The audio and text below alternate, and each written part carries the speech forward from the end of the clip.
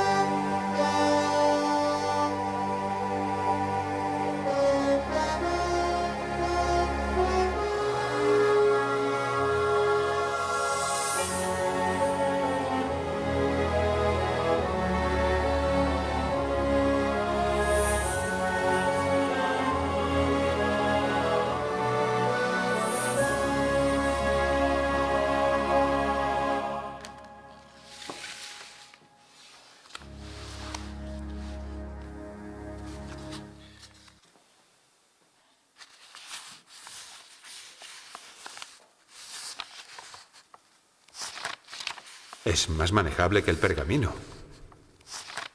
¿Cómo dices que se llama? Papel. ¿Podríamos hacerlo nosotros? No conocemos el secreto. Los árabes lo consiguen de un país muy lejano que llaman el país de China. Se saben pocas cosas, excepto que se trata de un imperio comparable al vuestro.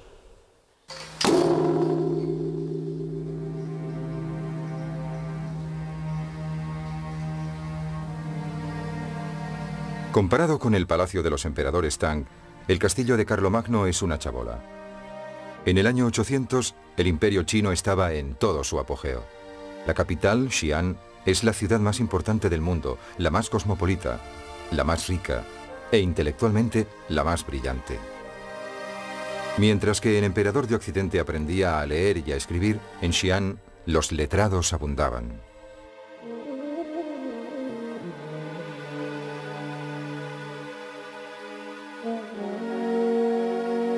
El papel se inventó en China hace ya 8 siglos, aunque no aparecerá en nuestro país hasta el siglo XII. Los monjes budistas lo imprimían mediante estampación con sellos grabados.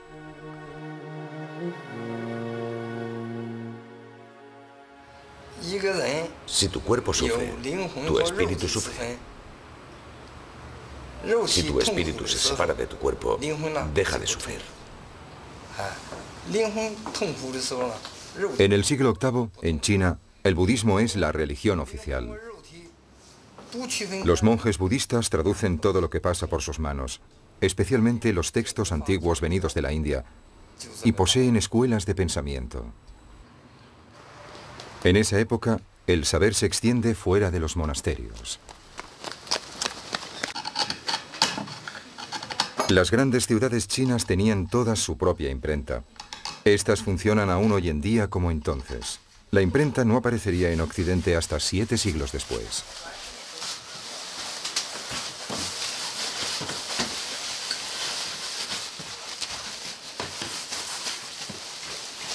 Un taller como este podía producir miles de ejemplares de una obra.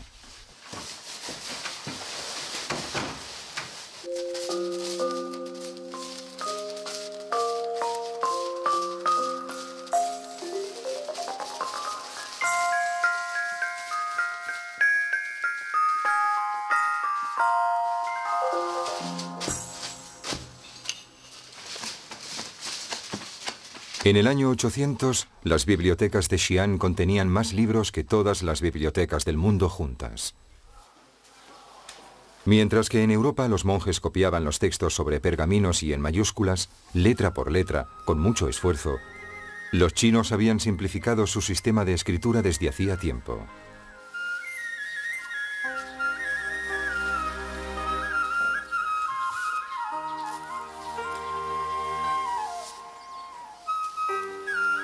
Adoptaron una escritura ligera y rápida, la caligrafía cursiva.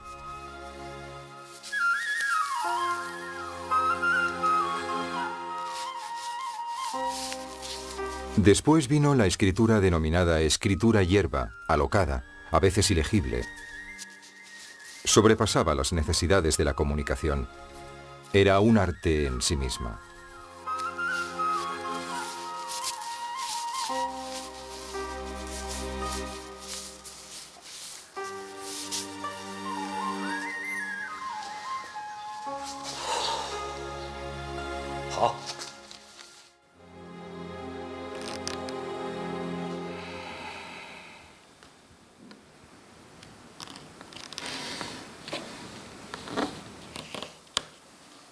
Carlomagno, rey de los francos y de los lombardos, nuevo emperador de un occidente otrora romano, defensor del papa al que dio un territorio y un estado.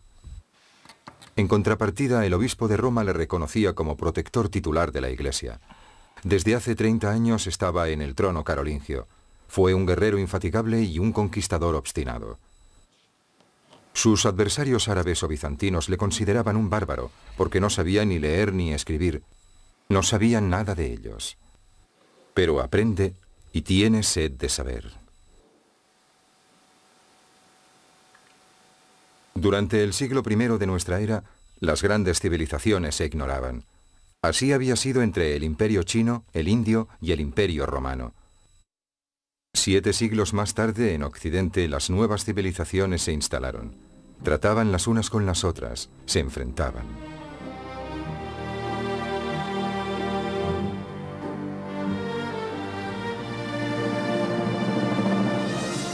En el siglo V, el Imperio romano era cristiano.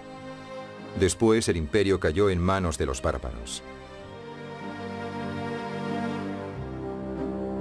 La parte oriental del Imperio romano quedó intacta. Se trata de Bizancio, cuya capital es Constantinopla. Entre los recién llegados al continente se encontraban los francos merovingios. Clodoveo y sus sucesores reconstituyeron un reino que representa la antigua Galia romana. En el siglo VIII, los primeros carolingios, Pipino y su hijo Carlomagno, conquistan Italia. Carlomagno arrebata a los lombardos su corona. Extiende su reino hasta el norte de España. Lo expande más allá del Rin, hasta el Elba por el norte y el Danubio por el sur. La Europa actual, desde Cataluña hasta Holanda, pasando por Dinamarca y Austria e Italia, fue labrada por Carlomagno. Con él, un nuevo concepto de Europa continental vino a sustituir el concepto de mundo romano centralizado en el Mediterráneo. Con anterioridad, otro recién llegado había instaurado un imperio alrededor de la franja oeste y sur del Mediterráneo, propagando una nueva religión.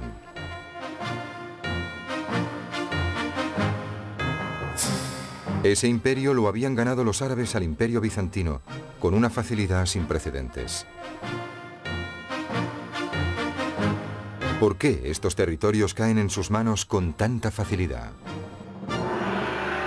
¿Pero qué era el imperio bizantino antes de que su mayor parte, Turquía y el Zagreb, fuera conquistada por los árabes? Su población dominante era la griega. Siria era una de las provincias más bellas de Bizancio. El oasis de Palmira era el punto de confluencia del comercio con la India y China por la ruta de la seda. Palmira constituye un lugar clave en esta historia.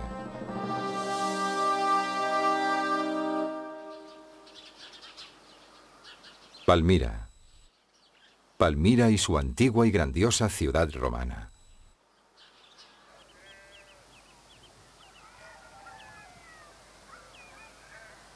Los bizantinos habían rodeado la ciudad romana con sus murallas.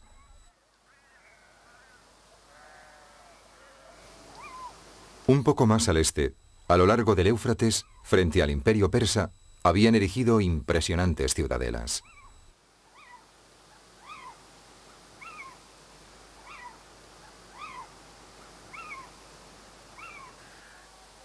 Los bizantinos eran formidables constructores. Sabían ensamblar de maravilla roca caliza, mármol y adobe. Los muros hacían hasta 6 metros de espesor. Defendían la frontera oriental de Bizancio contra las incursiones persas. Ya que entre los persas y los bizantinos existía un enfrentamiento perpetuo. Y esto dificultaba el tráfico de la ruta de la seda. El comercio entre China y Occidente existía desde inicios del milenio. en el siglo VII era floreciente. Las caravanas partían desde Dunhuang en el Xinjiang. Se trataba de camellos conducidos por turcos del Asia Central. Estas caravanas atravesaban el Himalaya y las estepas de Asia Central. Un año más tarde, después de decenas de traslados, las mercaderías llegaban a Oriente Próximo. Como el comercio se estaba viendo perjudicado por las guerras entre Persia y Bizancio, dejó de frecuentarse el paso por Palmira. El tráfico se desvió por los ramales sur de la ruta de la seda que atravesaban Arabia o la bordeaban por mar, gracias a pequeñas naves. Las mercaderías las acarrean ahora dromedarios montados por árabes. Las tribus que las transportan se enriquecen de ese modo. Ahora bien, después de miles de años, Arabia, que siempre se había mantenido al margen de los grandes imperios, mesopotámico, egipcio, persa, griego, romano y bizantino, a partir del siglo VII, los árabes enriquecidos desean imponerse y extender su comercio. Los bizantinos les barran el paso. Estos últimos poseen los puertos del Mediterráneo, lo quieren controlar todo y quieren cobrar impuestos. Los árabes se proponen expulsarlos.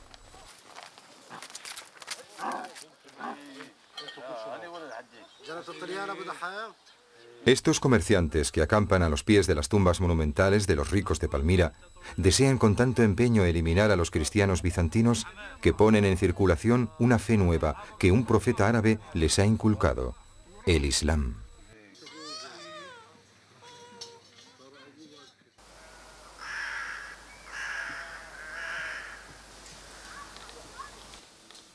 Según lo que cuenta este comerciante judío, los sarracenos saben leer y escribir. Eso es lo que dice. Viene de esas tierras, las conoce bien. Los árabes son semitas, como los judíos. Esos dos pueblos descienden del mismo Abraham. Comercia con ellos. ¿Qué tipo de comercio? Eslavos, sajones. Los judíos tienen el monopolio del comercio de esclavos. ¿Sigue en la ciudad? Así es. Hazlo venir, que me hable un poco de esos sarracenos, de esos árabes. Bien. Después de todo, ¿qué sé de ellos? Nada. Mi abuelo los ahuyentó de Poitiers y nadie sabe nada de ellos. Su Majestad debería estrechar un poco los trazos. Aquí falta una S. Y aquí falta una L. No he hecho muchos progresos durante tu viaje. Pero háblame de Bizancio. Pero no de la emperatriz, que no me da ni frío ni calor, sino de la ciudad de Constantino. ¿Qué es lo que más te ha impresionado? Sin duda alguna, el aljibe. ¿Cómo que el aljibe? ¿Santa Sofía no? ¿El aljibe? Pues sí, el aljibe subterráneo que abastece de agua a toda la ciudad. Es ahí donde me he dado cuenta de hasta qué punto los bizantinos son los que han recogido el testigo de Roma, de cuánto habían preservado su arte de la construcción, su sentido de la organización de la vida en la ciudad.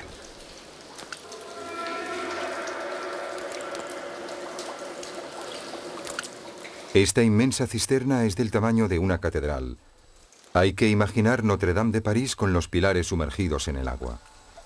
Alimentada por centenares de kilómetros de acueductos que traían el agua de los bosques búlgaros.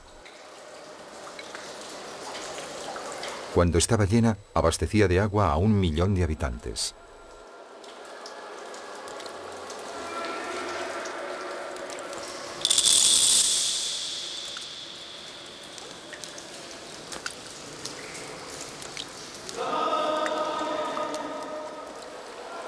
Tuve ocasión de asistir a misas interesantes.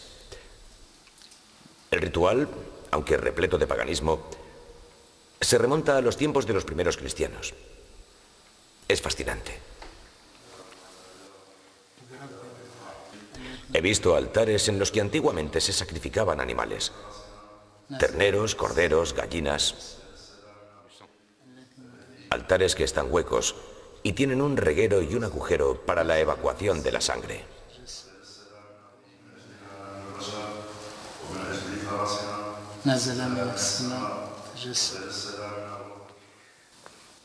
Allí uno se da cuenta de que fueron los bizantinos los que realmente han instaurado el cristianismo, que la religión cristiana solo se ha convertido en la religión oficial de Roma poco antes de la caída de su imperio. Es en Constantinopla, y no en Roma, donde se definieron los dogmas y la liturgia, como, por ejemplo, la consagración del pan y del vino.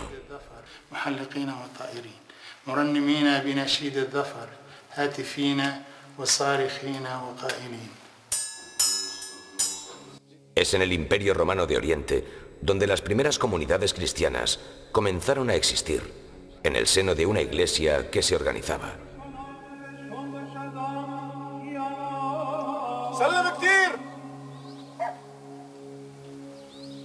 Es allí donde aparecieron los primeros monasterios.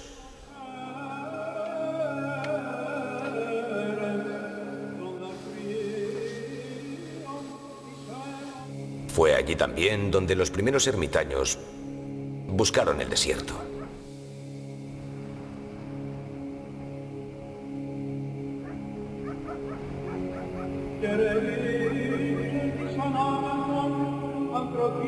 En la grandísima ciudad de Constantinopla, la más importante después de la ciudad china de Xi'an, Santa Sofía.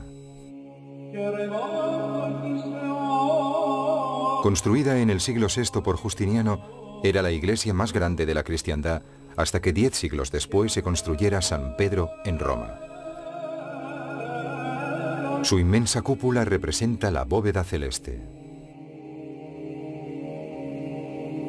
Debajo había un trono reservado al emperador, representante de Dios en la tierra.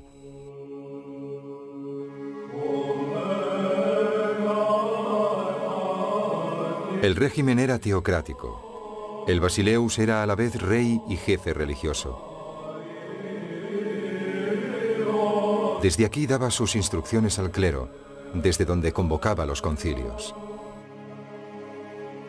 El imperio era teatro de disputas religiosas permanentes, las famosas disputas bizantinas. El clero estaba formado por escuelas que discutían sobre la naturaleza divina o humana de Jesús.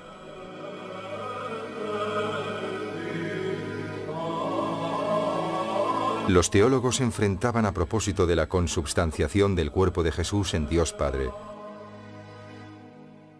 la naturaleza de su filiación con la Virgen María, la Santísima Trinidad. El debate era tan abstracto y complicado que nadie entendía nada. Pero, sin embargo, los doctores de la Iglesia condenaban por herejía. Tuvieron lugar cismas que conducían a excomuniones, hogueras y luchas sangrientas de las que los pobres siempre se llevaban la peor parte. El Estado era despótico, hecho a imagen y semejanza de las figuras, de los iconos y mosaicos, estereotipado, severo, igual que aquellos que se pueden ver en Rávena, Italia. Desde el punto de vista fiscal, este régimen actuaba con mano dura. De hecho, era una vergüenza. Para escapar de impuestos, muchos solo vieron posible el exilio o el retiro. He visitado uno de esos lugares de refugio en Siria, entre Antioquía y Alepo. Un lugar desierto hoy en día abandonado. Piedras y más piedras por todas partes, hasta donde alcanza la vista pueblos destruidos. La vida debió ser tranquila. Cultivaban viñas y olivos. He visto cosas muy emotivas, como las grutas donde se escondieron los primeros cristianos, descendientes de los que habían sido convertidos por San Pablo cuando los romanos se pusieron a perseguirlos. Se ha convertido también en lugar de cita de todos los ermitaños de Bizancio. Aún quedan algunos que viven en una indigencia extrema, verdaderos atletas del ascetismo. He visitado este lugar mágico en compañía de un sacerdote. Allí les llaman popes. Y los primeros ermitaños tallaron esta piedra para aislarse definitivamente del mundo. Es aquí donde nació la tradición de los monjes errantes, ascetas, ermitaños y anacoretas. Querían dominar su cuerpo, fuente de toda tentación y de todo pecado. Para ello, los sometían al sufrimiento y rivalizaban en atrocidad.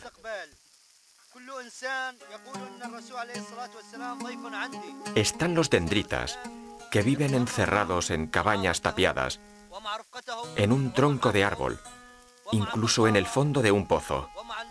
Él vive ahí dentro. Están los que solo se alimentan de hierbas silvestres, comidas del suelo, como los animales. Están los extravagantes, que han prometido quedarse de pie toda la vida, incluso sobre una sola pierna. Y hay otros que prometen quedarse encadenados a una roca. Los habitantes de Antioquía vienen a verlos en familia, les traen ofrendas y cosas de comer, como cuando uno va al zoo.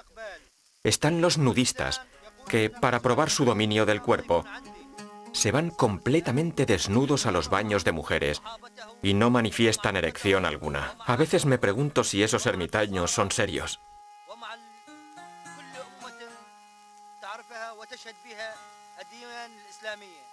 Están los cenobitas, que desean que la plegaria no cese nunca, y por ello hacían relevos día y noche.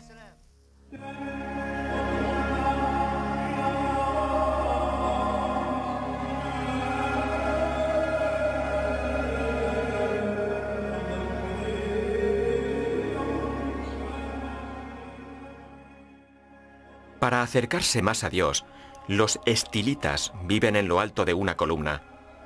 Había 2 estilitas famosos sobre 2 columnas cercanas que se peleaban sin cesar porque discutían sobre cómo Jesús fue concebido en el vientre de la Virgen María.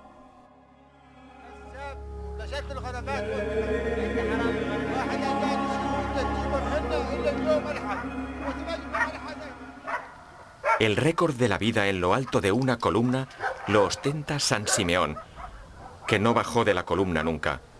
Se hizo construir una cabaña en lo alto y allí se quedó durante 38 años. Este campeón del ascetismo era tan popular que todo el mundo iba a venerarlo y a hacerle consultas. Cuando San Simeón murió, se construyó la primera gran basílica de la historia del cristianismo alrededor de esta columna. Y se convirtió en centro de peregrinación. ¿Por qué ya no queda nada de esa columna que medía 16 metros de altura? A lo largo de la historia, los peregrinos se iban llevando consigo pequeños trozos como reliquias para bendecir a sus hijos.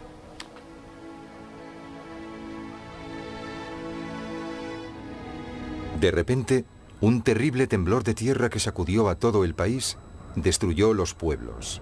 La población tuvo que huir.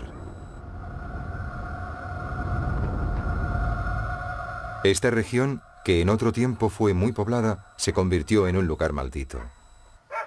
Los hombres no han vuelto jamás.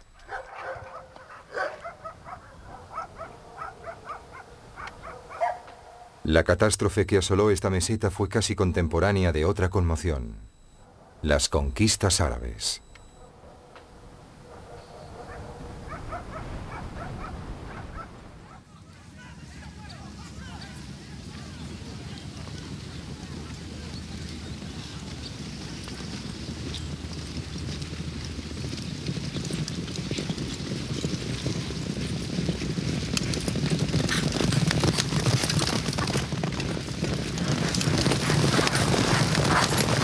A Carlomagno le relata las conquistas árabes un comerciante judío que él mismo había invitado a su castillo. El comerciante judío le contó todo lo que sabía sobre el mundo árabe y el Islam, de los que Carlomagno casi todo desconoce. En nombre de la Guerra Santa, los árabes se adueñaron de las 3/4 partes del Imperio Bizantino y de casi toda Persia, con una facilidad que les sorprendió hasta a ellos mismos.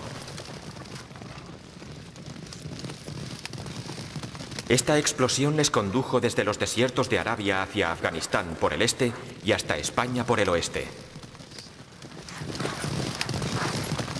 Y todo en menos de un siglo. Y ahí siguen. Los árabes vieron que Dios, su Dios, Alá, estaba con ellos.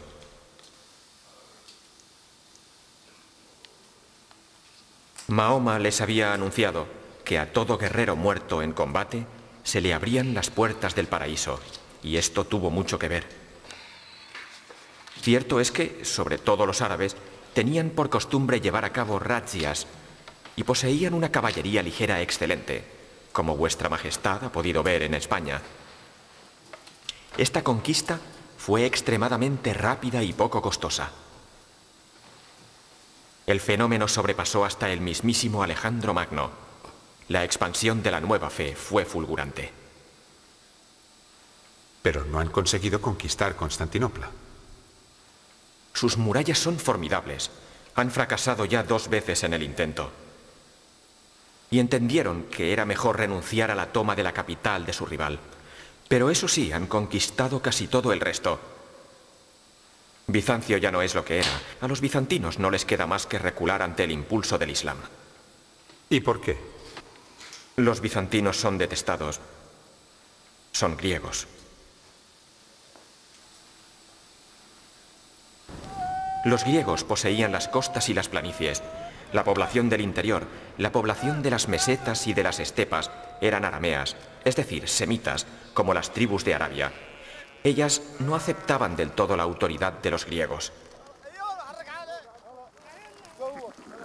Los griegos lo querían controlar todo, dictarles su conducta, desde los campos a la iglesia, y les han hecho padecer muchas crueldades. La población del interior estaba exasperada. Cuando los árabes llegaron, esta población los acogió como libertadores. Incluso nosotros mismos hemos sido en numerosas ocasiones masacrados por los bizantinos, como ocurrió en Damasco, mi ciudad natal. Los judíos éramos mayoría, pero cuando los árabes llegaron, corrimos a recibirlos sin convertirnos, eso sí.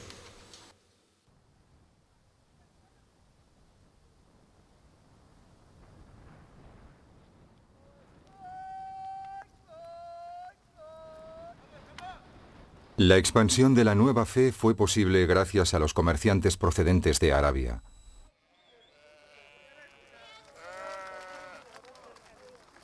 Cuando los caravaneros llegaban a los pastores, de los que son hermanos de raza y lengua, se paraban para negociar la compra de leche o de carne y confraternizaban.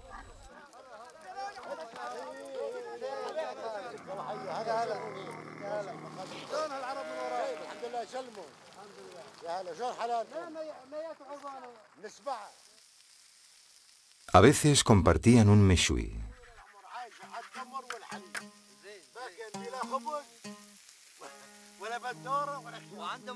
Entonces los camelleros hablaban de Mahoma, ese nuevo profeta que acababa de morir. Así propagaban la nueva religión por las tribus. Contaban que Mahoma salió de una tribu de ricos mercaderes de la Meca, que se casó 11 veces, que tuvo 2 concubinas, una cristiana, María la Copta, y una judía, Raina. Comerciaba con los judíos de Medina, que eran los que tenían el negocio del dinero.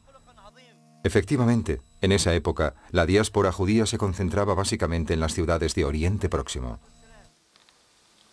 Así fue como Mahoma conoció la Biblia y los Evangelios. Era consciente de la superioridad de las tradiciones judías y cristianas.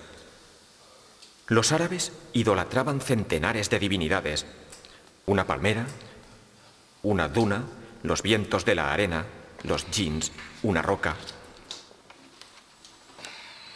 Mahoma consideraba bárbaras las tradiciones de sus hermanos de raza.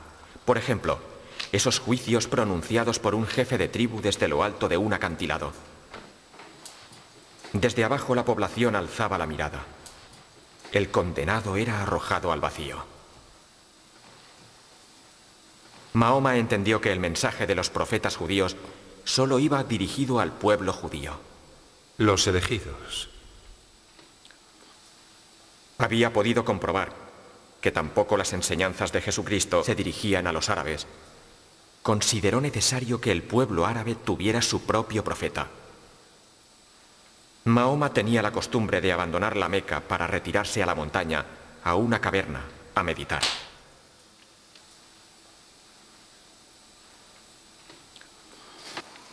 Un día, el ángel Gabriel se le apareció y le anunció que Dios le había encomendado una misión.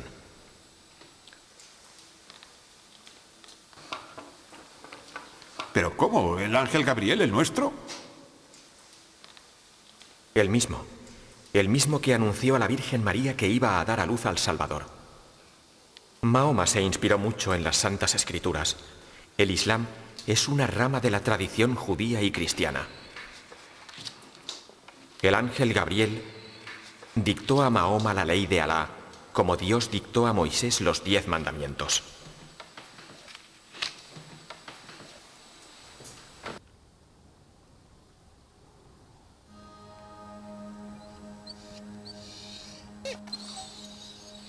La enseñanza del ángel Gabriel a Mahoma duró 12 años. Según cuenta la leyenda escrita, podría aparecérsele de diversas formas, en una bandada de palomas o en un hombre a lomos de un asno.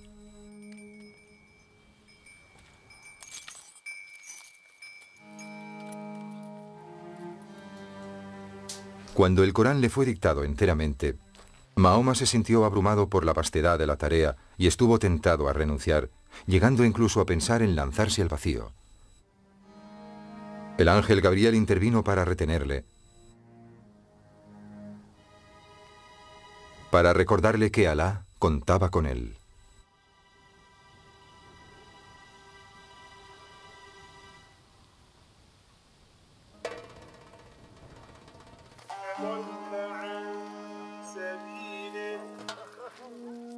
El camellero cuenta que la predicación de Mahoma molestó a los comerciantes de la Meca y que lo expulsaron. Mahoma se retiró a Medina. Allí creó la primera mezquita, se convirtió en jefe de la guerra, encabezó varias batallas contra las tribus rivales, batallas que ganó. Finalmente volvió victorioso a la Meca y reanudó su predicación. Esta vez sí que le escucharon. Murió 2 años más tarde, en el 632. Las enseñanzas de Mahoma tuvieron un éxito inmediato entre los árabes y con pocas batallas alcanzaron un éxito fulminante fuera de Arabia. Desde Siria hasta Marruecos, el imperio bizantino se desintegró debido a las peleas ociosas sobre la naturaleza de Jesús. La población tenía necesidad de un mensaje divino simple y claro, y Mahoma se lo dio.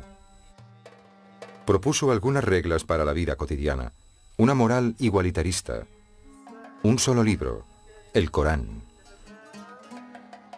un solo Dios, Alá, y nada más. Según Mahoma, Jesús era el penúltimo de los grandes profetas. Según él, el mismo, Mahoma, era el último. Esta es la diferencia fundamental, infranqueable, entre el Islam y el cristianismo. Para un musulmán, Jesús no puede ser el Hijo de Dios. Dios es Dios. Y no se divide, ni en 2, Padre e Hijo, ni en 3, la Santísima Trinidad. Dios lo ha creado todo.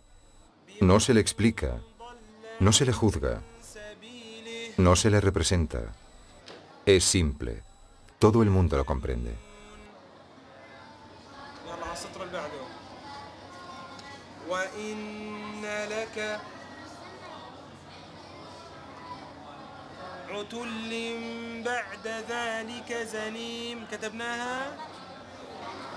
Mahoma quería escuchar música. Entonces confió sus ovejas a un amigo.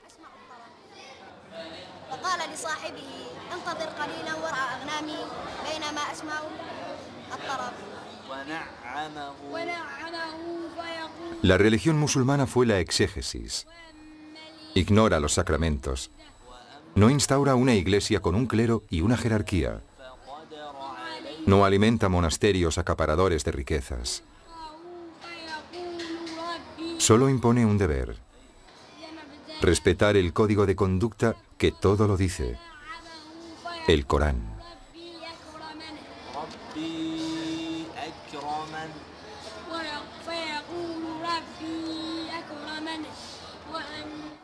En una mezquita de Alepo, en Siria, un imán predica el sermón de los viernes.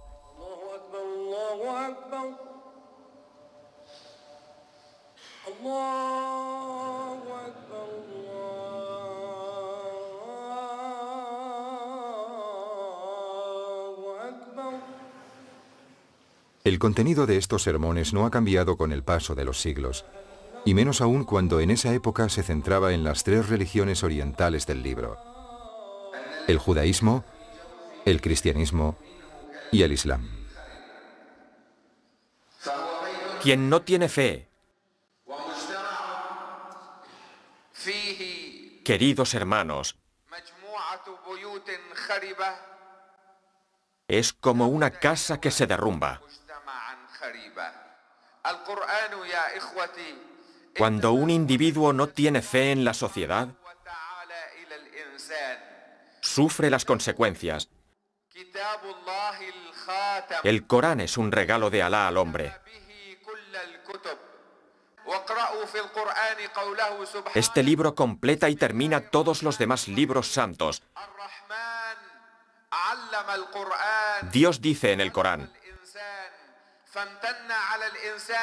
no olvidéis nunca que yo os salvo a través del libro. Los que no respetan el Corán tendrán que pagar el día del juicio final.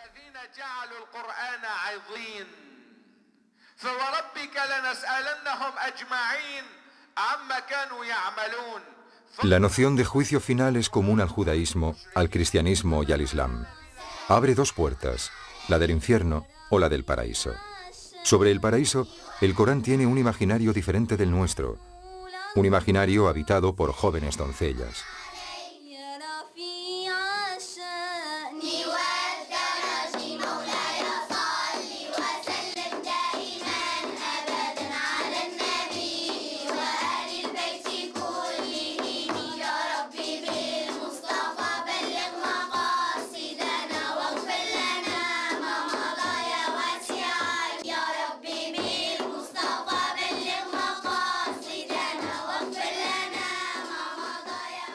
Los musulmanes no conocen el sacramento de la confesión, tan propicio a la confidencia y al intercambio. Sin embargo, el viernes es el día de las charlas con el imán. En el lugar de plegaria que tienen reservado, las mujeres le interrogan. Y ellas le preguntan por qué el creyente no conoce la felicidad en la tierra, por qué esa felicidad queda reservada al paraíso. La existencia en la tierra es un periodo de prueba para saber si el hombre es bueno o malo. ¿Un hombre y una mujer que están casados se volverán a encontrar en el paraíso? Sí, seguramente. Salvo si el hombre es bueno y la mujer mala, o a la inversa. Según el Corán, el hombre bueno tendrá por recompensa en el paraíso huríes, jóvenes mujeres de ensueño.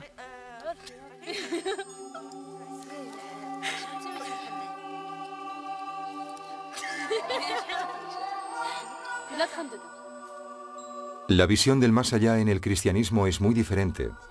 Se centra más en el infierno, en el temor del castigo. El paraíso aparece como una contemplación eterna de Dios. La imagen del paraíso propuesta al musulmán es menos abstracta y en todo caso más accesible a la imaginación de un simple mortal.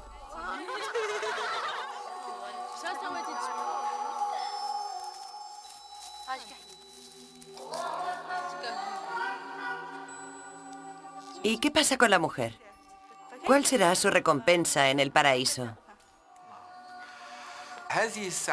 El hombre obtendrá todos los placeres que sus ojos, su cuerpo y su alma deseen. Para la mujer, el Corán no es explícito. No está en la naturaleza árabe hablar de ello.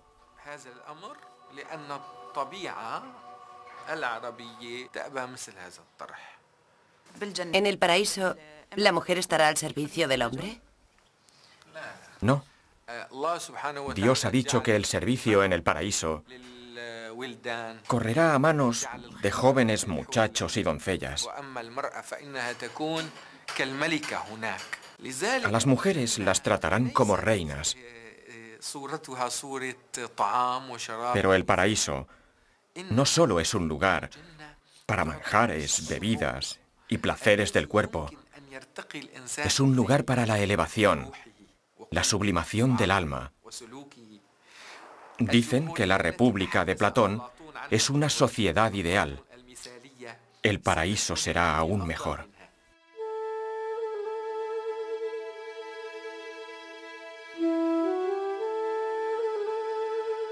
Los conquistadores musulmanes atraen a la población a su causa, gracias también al espíritu de tolerancia que demuestran. Su primera gran mezquita, la de la dinastía de los Omeyas de Damasco, es una prueba de ello. No destruyeron la iglesia bizantina que se encontraba situada en el lugar. Se contentaron con transformarla en mezquita y con agrandarla.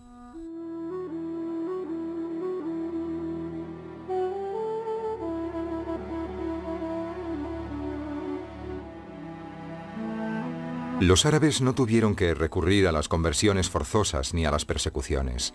Al contrario, el poder, el califato, dejó a cristianos y a judíos su libertad de culto y su autonomía civil.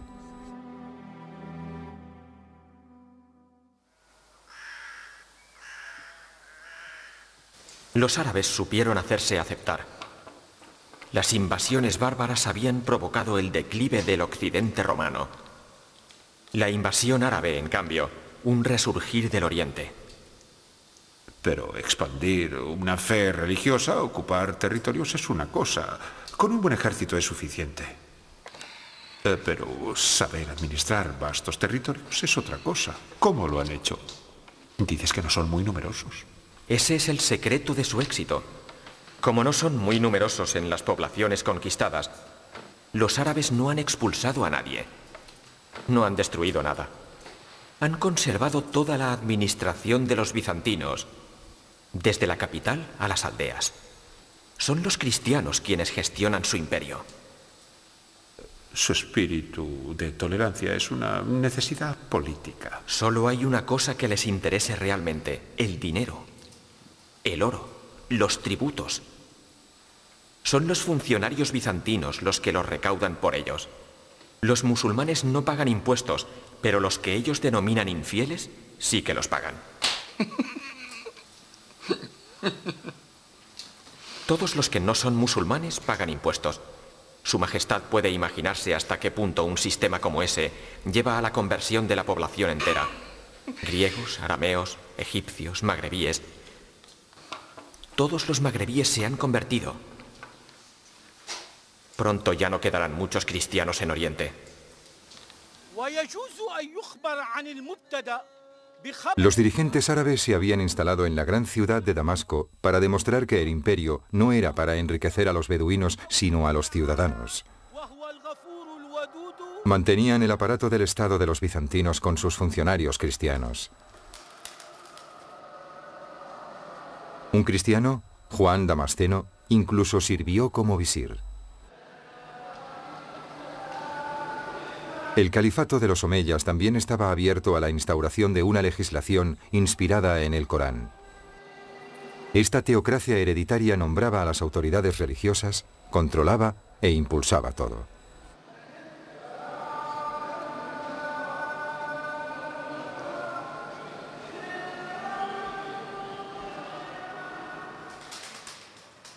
Por tanto, un puñado de tribus de beduinos conquistó la mitad del mundo civilizado. Salieron de su desierto con una gran fe, pero sin un gran bagaje cultural. Así que los árabes lo absorbían todo, como una esponja. La corrección de los persas, los descubrimientos de los chinos, como el del papel, los inventos de los indios, las cifras árabes, el cero, el álgebra. El pensamiento grecorromano. Es una civilización de síntesis.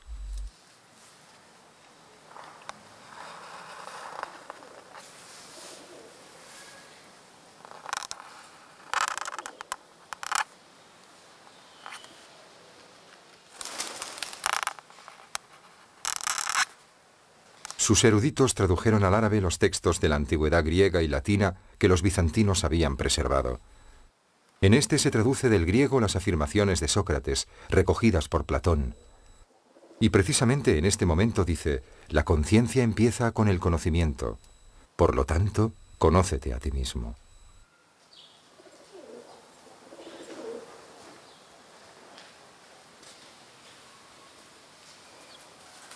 Cuentan con Platón y Pitágoras para transmitir la llama del conocimiento.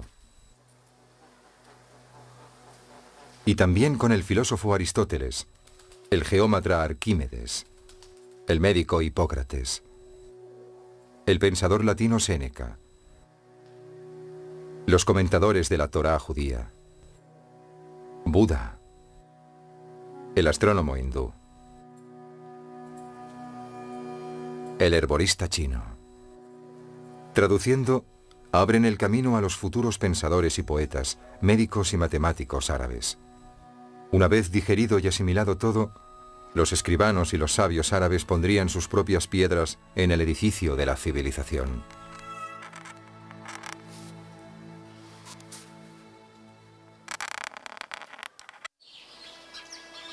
El imperio árabe también fue un gran imperio comercial. Se tiene la tendencia a representarlo como un mundo de oasis poblados por beduinos y caravaneros, pero nada más lejos de la realidad. Ciertamente, los árabes empezaron por reforzar o edificar fortalezas para proteger las rutas de las caravanas y para demostrar que ellos estaban allí para quedarse por un tiempo largo.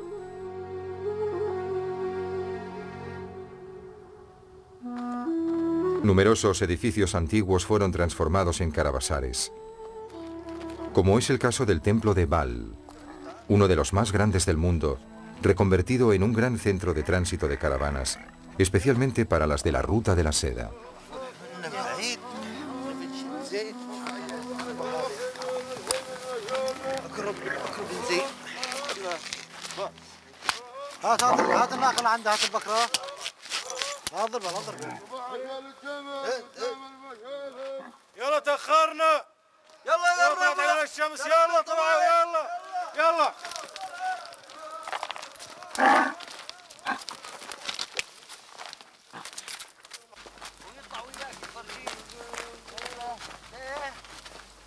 En efecto, la mayor parte del imperio árabe estaba formado por desiertos y estepas.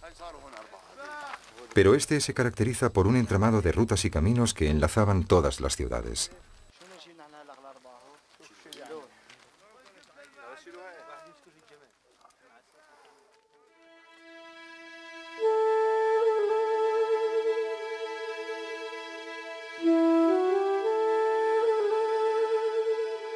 De hecho, la civilización árabe es en esencia urbana y comerciante. Los barrios árabes que se incorporan a las antiguas ciudades o a las ciudades creadas de la nada, como Keirún en Túnez, experimentaban un prodigioso desarrollo.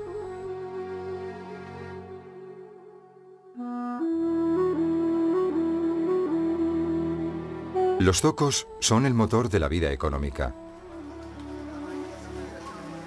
Por ellos circulan un caleidoscopio de pueblos: bereberes, egipcios, turcos, persas, esclavos africanos o eslavos. La gente se agolpa ante los productos que son especialidad de los artesanos de Alepo o de Damasco, que se fabrican aún hoy en día: el cobre amartillado, el metal de Damasco, telas adamascadas, alfarería, frutos secos, jabón.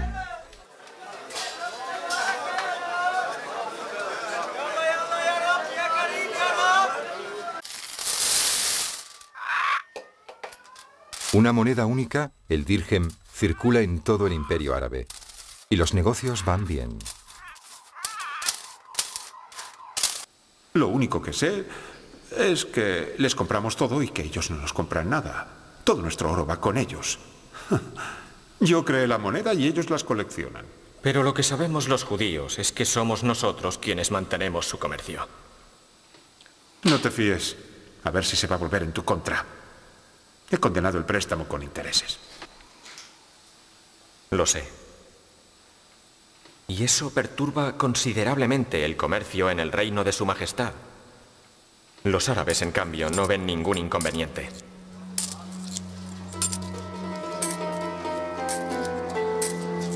Sí, los negocios iban bien, la vida social prosperaba, y los árabes tenían la certeza de pertenecer a la mejor comunidad que los hombres jamás habían conocido.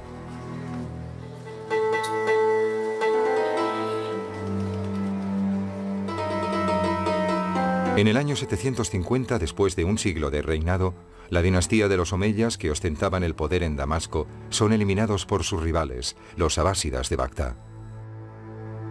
Bagdad se convertirá durante siglos en la capital brillante e indiscutible del mundo musulmán. Este minarete monumental, hecho de adobe, nos recuerda que Mesopotamia fue la región de la Torre de Babel.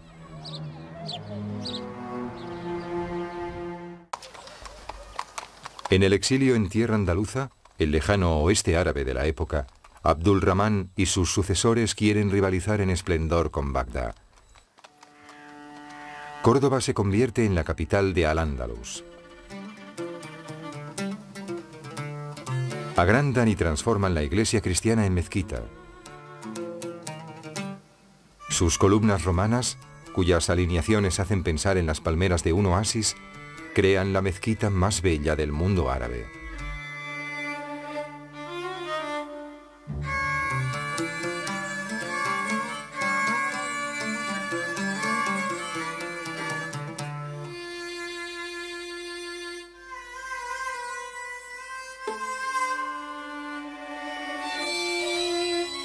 Córdoba llegó a los 300.000 habitantes, mientras que en París solo habían 10.000. El comercio era floreciente, la vida cultural intensa. Ahogada en un océano español, la minoría árabe respeta a judíos y cristianos. Acuerda un estatuto que persistirá durante 5 siglos, hasta el tiempo de la Reconquista española.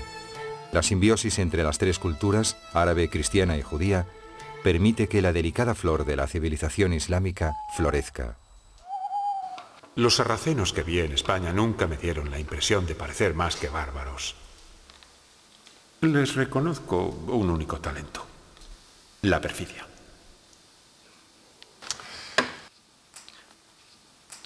¿Qué pasa? ¿Hablas sin tapujos? Ellos piensan exactamente lo mismo de los francos, Majestad. La incomprensión entre los hombres conduce a las peores desgracias. Los judíos sabemos algo de ese tema. Andalucía es un buen ejemplo del entendimiento entre los hombres de convicciones diferentes. Musulmanes, judíos y cristianos. El país es rico, la vida es brillante.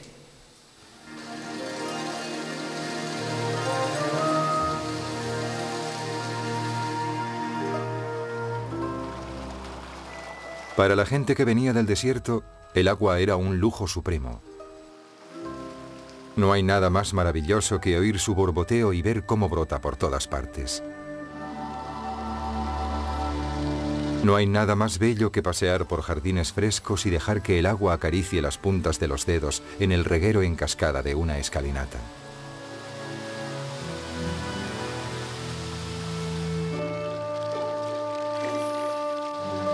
En los palacios, donde instalan los harenes, los príncipes árabes cultivan un nuevo deseo de confort y arte de vivir.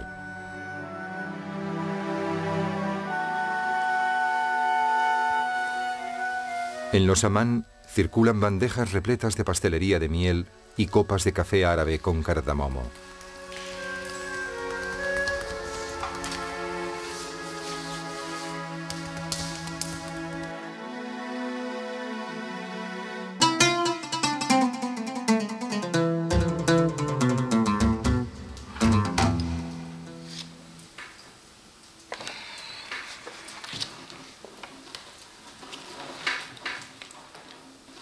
No, estos palotes me molestan.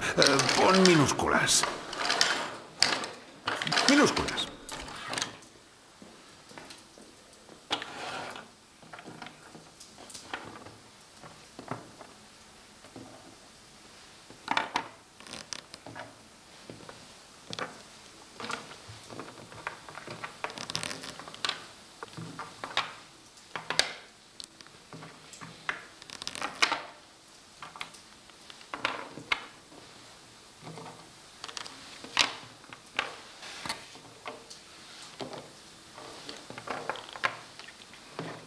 ¿Ves? Ya lo decía yo, es mucho más rápido y ocupa menos. Que todo el mundo se ponga a ello. Lo llamaremos escritura carolingia. Carolingia. Carolingia. Pasemos al otro lado del espejo para interrogar al gran hombre.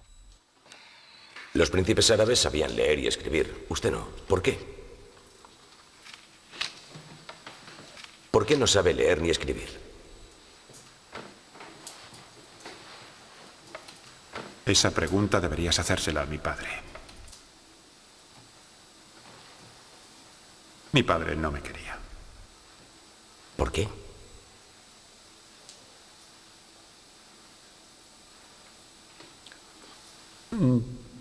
De pequeño me encantaba divertirme. Mi padre no creía en mí, pero sí en mi hermano menor. Pipino no se preocupó mucho de mi educación. Se pasaba el tiempo guerreando contra los sarracenos. Cuando su padre, mi abuelo, Carlos Martel, venció a los sarracenos en Poitiers. En el 732. Su victoria no significó que se arreglaran las cosas.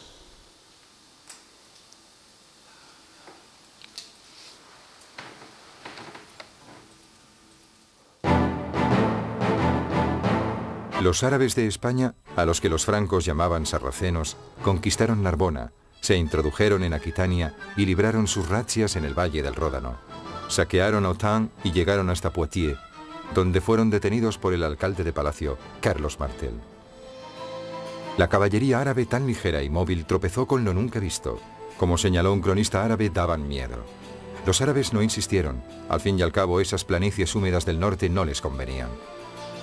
Tras una jornada de escaramuzas, sabiamente decidieron retroceder por los Pirineos.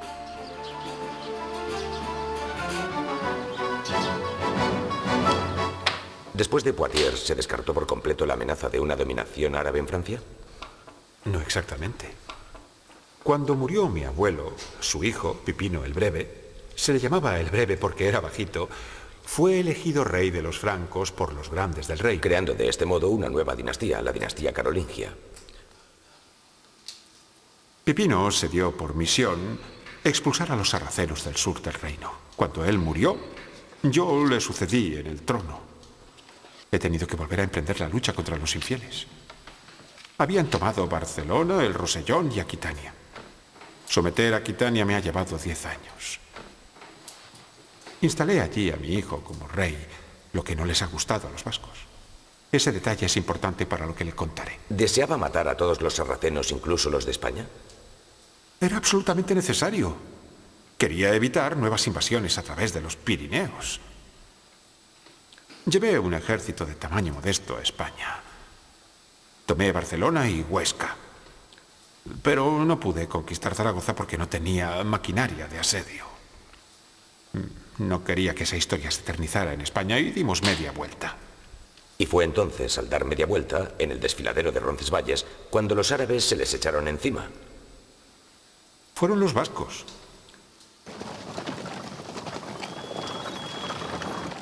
Estoy en tierras de los vascos.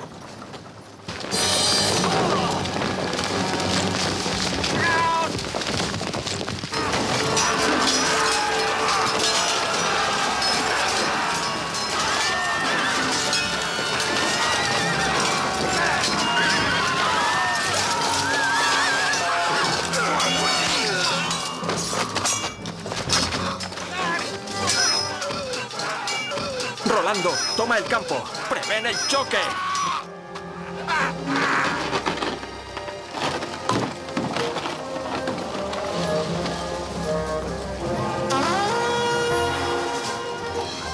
Ahora, Pamplona está vengada, Rolando.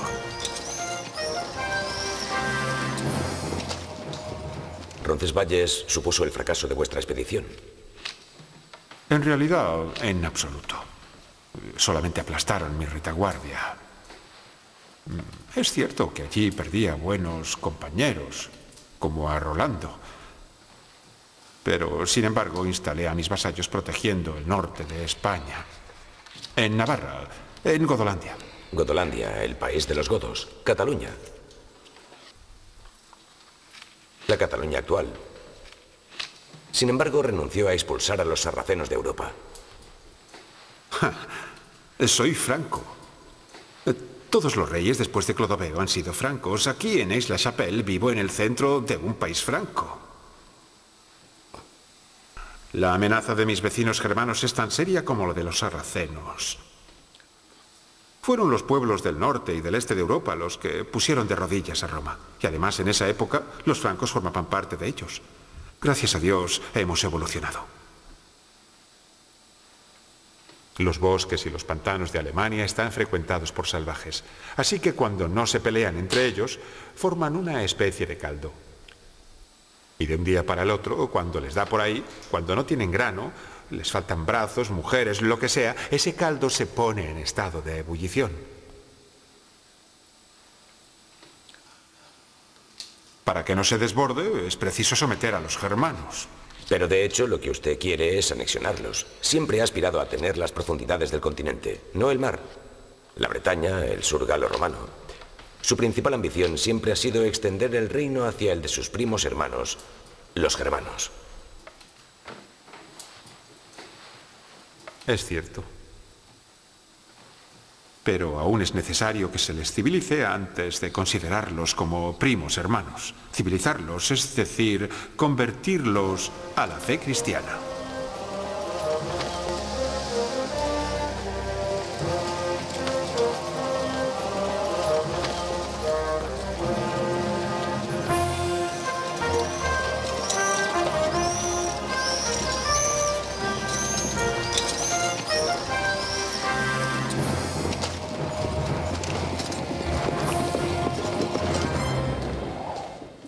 Usted conduce cada año campañas en Franconia, en Turingia, en Sajonia, en Baviera. Estas campañas duran entre 3 y 4 meses. Con todos sus señores, la caballería pesada, un ejército de entre 5.000 a 15.000 hombres. Matar a los sajones le ha llevado 30 años y unas cuantas masacres. Según usted, estas guerras sangrientas solo tenían por objetivo cristianizar. Es posible que la historia no le crea. Soy cristiano. No se me puede comprender si se duda de ello. Soy cristiano y también soy rey, y por lo tanto represento a Dios en la tierra. Mis motivaciones son religiosas. Tanto mejor si mis acciones tienen consecuencias prácticas benéficas. La evangelización pasa por la conquista y a su vez la fe y la práctica religiosa son el cimiento de la unidad política. Sin embargo, he conseguido poner fin al paganismo germánico. He puesto fin a los cultos que se celebran alrededor de fuentes y rocas. He acabado con la adoración de los árboles. Adoran los árboles. Creen que los dioses viven dentro.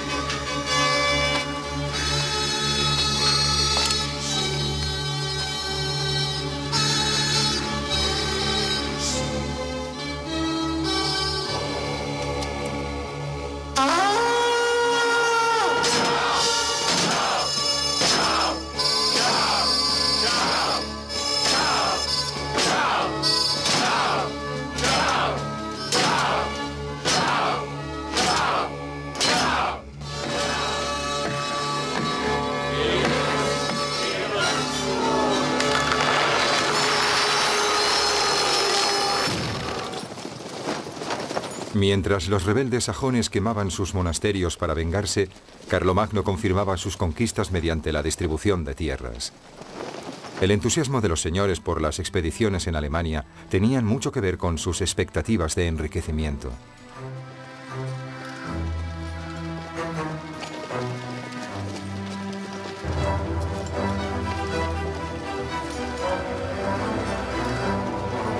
Para estos colonos que partían a establecerse en Alemania, para familias enteras, Carlomagno fundó Hamburgo o Frankfurt. Frankfurt, el punto fuerte de los francos. Si bien Carlomagno combatió las creencias paganas de los alemanes, respetó las costumbres de las regiones conquistadas. Mantuvo las aristocracias locales. Tras la evangelización forzada, el combate para erradicar los ritos germánicos tomaron un giro más pacífico. Se pasó de las matanzas a las multas.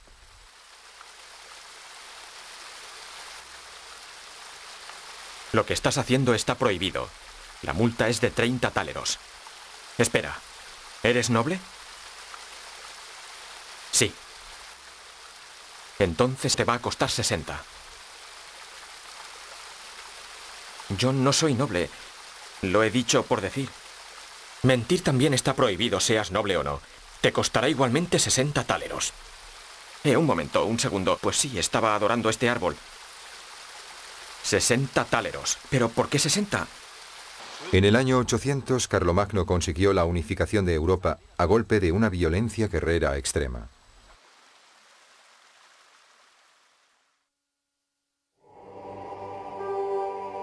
Acabó en Aix su capilla palatina, construida según el modelo de San Sergio de Constantinopla. Y allí se colocó un trono digno del emperador en que deseaba convertirse.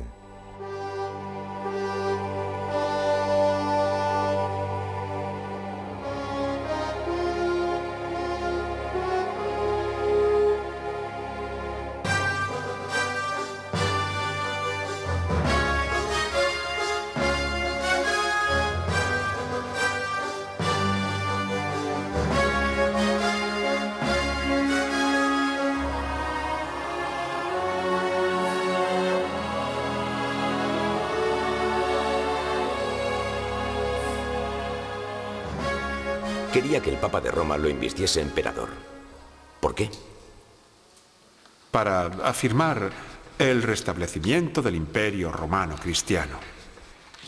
Para afirmar que soy el sucesor de los emperadores latinos. ¿Y el emperador de Bizancio? La emperatriz de Bizancio, sucesora de los Césares. La pobre. Si se me ha ofrecido ella misma en matrimonio. Y el Papa me ha dado la razón, puesto que ha aceptado coronarme emperador.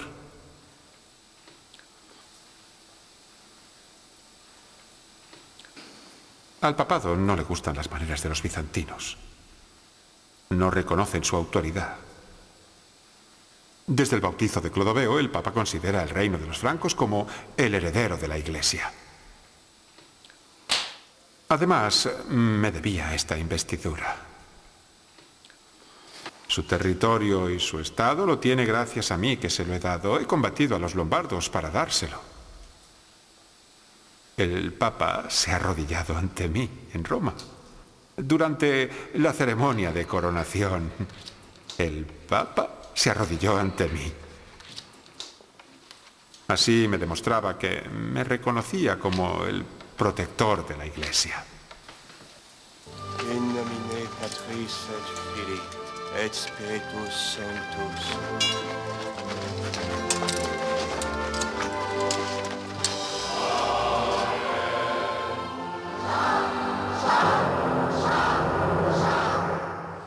Al nuevo emperador de Occidente se le deberá un nuevo juramento. Se reemplazará el antiguo, el nuevo es más solemne y más personal. Al emperador le deben reverencia todas las personas educadas mayores de 12 años. Yo, Ludovic Eckhard, estando sano de espíritu y exento de fraude,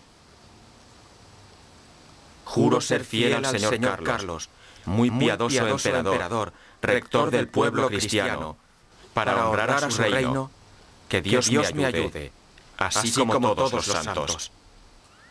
El obispo declara que como el juramento se ha hecho sobre los evangelios, cualquier perjurio será considerado crimen contra el emperador y crimen contra Dios. Este sistema de juramento basado en la fidelidad de hombre a hombre fue necesario debido al mal incurable que sufría el enorme imperio, las distancias.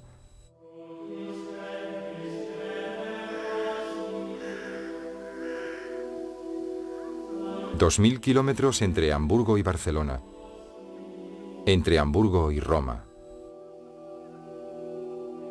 El condado era el pilar de la organización política y judicial. Hay entre 300 y 400 condados confiados a algunas decenas de familias emparentadas con la dinastía. Después estaban los missi dominici, representantes itinerantes del emperador, y los regidores, que se esforzarán por mantener la paz social, rompiendo los automatismos de venganzas para reemplazarlos por una justicia equitativa, aplicable a todos. Las penas podían ser muy duras. Un ojo para el primer robo, la nariz para el segundo, la cabeza para el tercero. Las penas podían ser también simbólicas y dosificadas según los medios, puesto que Carlomagno no quería ahogar a los pobres.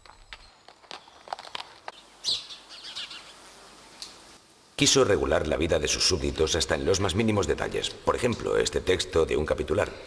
Decretó usted la lista de árboles frutales, de legumbres para la sopa, de las hierbas de cocina o de farmacia, de las flores de ornamentación que deben encontrarse en la huerta de un dominio. Cito, la rosa, la flor de lis. Sí, así es. La siempre viva, la betónica. Y para las plantas de cocina y ungüentos, la menta, el perejil, la salvia, la ajedrea, el ajo, la cebolla árabe, el chalote. Muy bueno para la salud, el cilantro para tomar en poción. ¿Lo ha probado? Pues debería. Os preocupa la protección de los débiles. ¿Es para ser popular?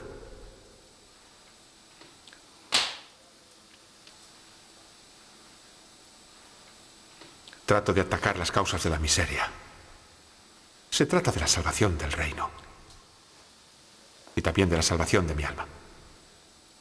En contrapartida, su generosidad hacia los pobres le permite imponer aún más sus puntos de vista a la Iglesia. ¿Quién es el rico? Siglos de donaciones y delegados han hecho de las iglesias y de los abades los mayores propietarios. Centenares de monasterios y los 200 obispos con los que cuenta mi imperio concentran todas las capacidades intelectuales del reino. Cosa que otorga a la Iglesia un gran peso político. ¿Es la única estructura sólida existente? Exactamente. No puedo dejar de aprovecharme de ello. A cambio de mi protección, el Papa me concedió el derecho de elegir y de nombrar a los abades y también de nombrar a los obispos. Y es a ellos a los que voy a confiar lo que considero la tarea más importante de mi reino. Enseñar a leer y a escribir al mayor número de súbditos posible. Mis rivales árabes y bizantinos saben leer y escribir. Tienen vida intelectual. Nosotros desde hace siglos vegetamos en la pereza y en la miseria. Con atraer a la corte a los mejores ilustrados de Occidente no basta. No son lo bastante numerosos. Tengo que dar al imperio gente capaz de ocuparse de él. Hay que aprender o desaparecer. Yo trato de dar ejemplo.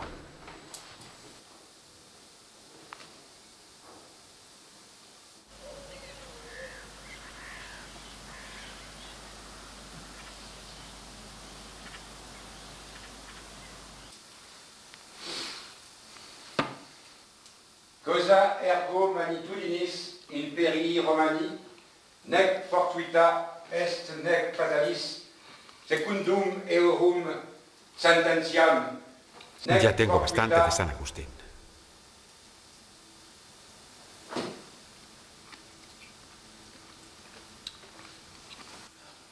Prepara un capitular para los abades y para los obispos, pero no en latín clásico, sino en el latín corriente, que todo el mundo lo pueda comprender.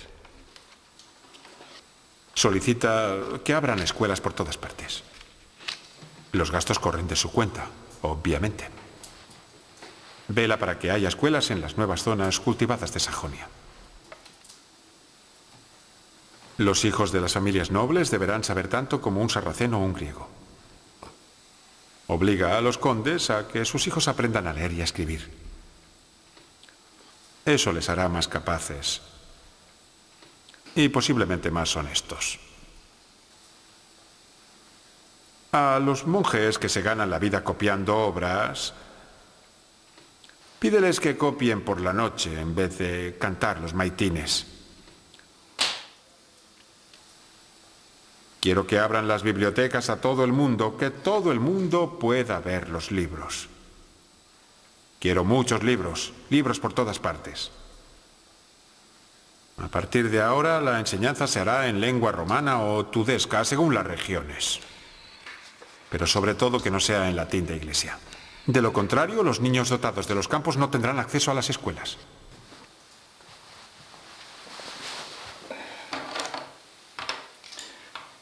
Prepárame una visita a una escuela cuando esté en Frankfurt. Me traeré los mejores al scriptorium de palacio.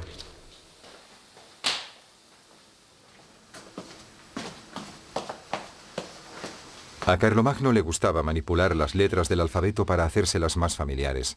Las tenía en su cama, sin duda para que le influyeran durante el sueño. Esa noche sustituye las letras mayúsculas latinas habituales por las minúsculas carolingias, en su deseo de extender su uso.